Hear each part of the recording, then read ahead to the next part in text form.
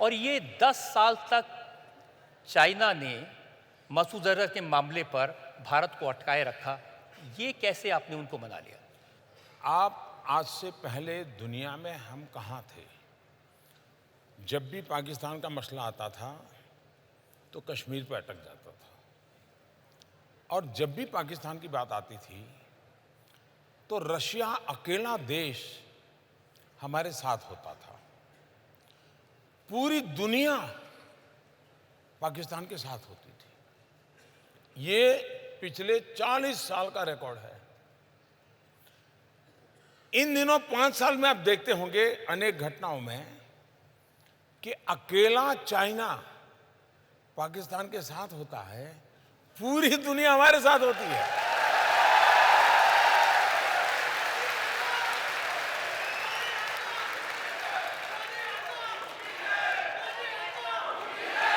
ये बहुत बड़ा बदलाव है, बहुत बड़ा बदलाव है। दूसरा, आतंकवाद के संबंध में हमारी कंसिस्टेंट पॉलिसी है।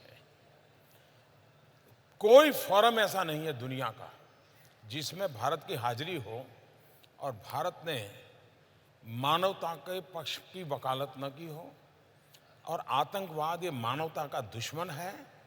आतंकवाद किसी देश का नहीं, दुनिया की मानवता का खतरा है। ये लोगों को कन्विंस कराने में मैं सफल हुआ हूं, भारत सफल हुआ है।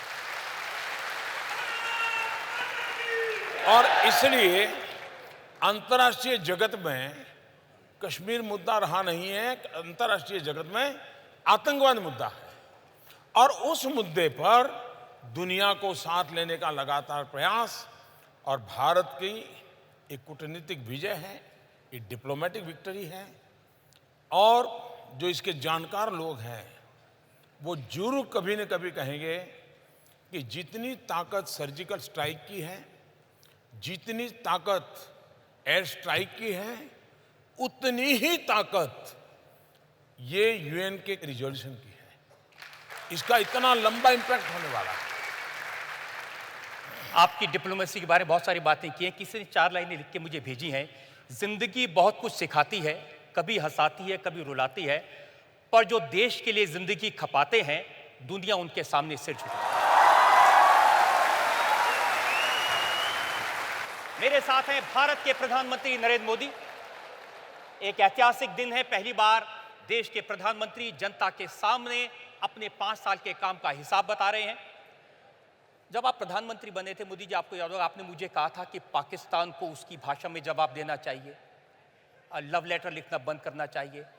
आप प्रधानमंत्री बने, आपने नवाज शरीफ को इनवाइट कर लिया और फिर उनके यहाँ आप बर्थडे मनाने, केक काटने भी चले गए।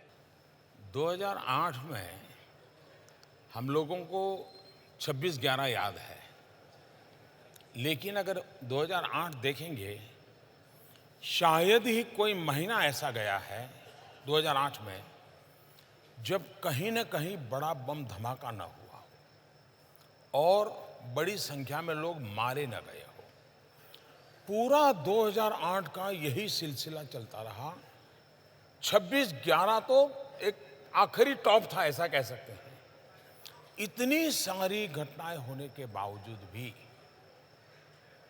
कुछ नहीं हुआ।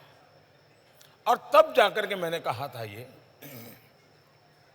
और शायद आपकी अदालत में मैंने एक बार कहा था कि लव लेटर लिखना बंद करो। और आपने देखा होगा वो लव लेटर लिखते थे, मोदी लड़ाकू विमान भेजता है।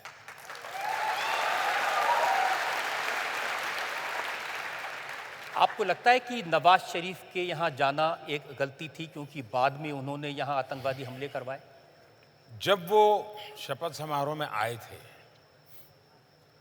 तो जो मैंने आपको रशिया की बात बताई थी, उसी दिन मैं अफगानिस्तान दूसरे दिन गया था। मेरा अफगानिस्तान में कार्यक्रम था और शाम को मुझे हिंदुस्तान लौटना था, क्योंकि अटल जी का 25 दिसंबर जन्मदिन था। तो मैंने जन्मदिन की बधाई के लिए नवाज शरीफ को फ़ोन किया था काबुल से। तो मैंने कहा, मियाँ साहब कहाँ हो? तो उन्होंने कहा, मैं लाहौर हूँ। मैंने कहा, यार कमाल हो, तुम रावलपिंडी रहते नहीं हो, लाहौर रहते हो। तो उन्होंने कहा कि मेरी भांजी की शादी है, इसलिए मैं लाहौर आया हूँ और परिवार के सब लोग यहाँ पर हैं। तो उन्होंने ऐसे पूछा, आप कहाँ? मैं कहा, मैं काबुल हूँ और हिंदुस्तान जा रहा हूँ। तो बोले, आप यहाँ होकर के जाइए। मैंने कहा, भाई अब अचानक तो कैसे बनाऊँगा? नहीं, बोले आप जाते हैं, बोले हम 10 मिनट के लिए मिल लेंगे, आप आइए। तो मैंने हमारे विदेश मंत्री सुषमा जी को फ़ोन किया काबुल से। मैंने उनसे कहा कि भाई मैं तो धर्म संकट में फंसा हूँ, मैंने इनको बधाई के लिए फ़ोन किया और उनका बड़ा आग्रह है और मेरा मन करता है कि जाएं तो अच्छा रहेगा, आपका क्या मत है? बोले, मुझे अच्छा लगता है कि आप ही तय करो। बाद में मैंने हमारे NSA को, SPG को, सबको बुलाया तो सब परेशान थे कि साहब हमारे पास न वीज़ा है, न सिक्योरिटी अरेंजमेंट है, न वहाँ कोई अता पता है, सीधे जाके लैंड कर। मैंने कहा चलो यार, देखा जाएगा।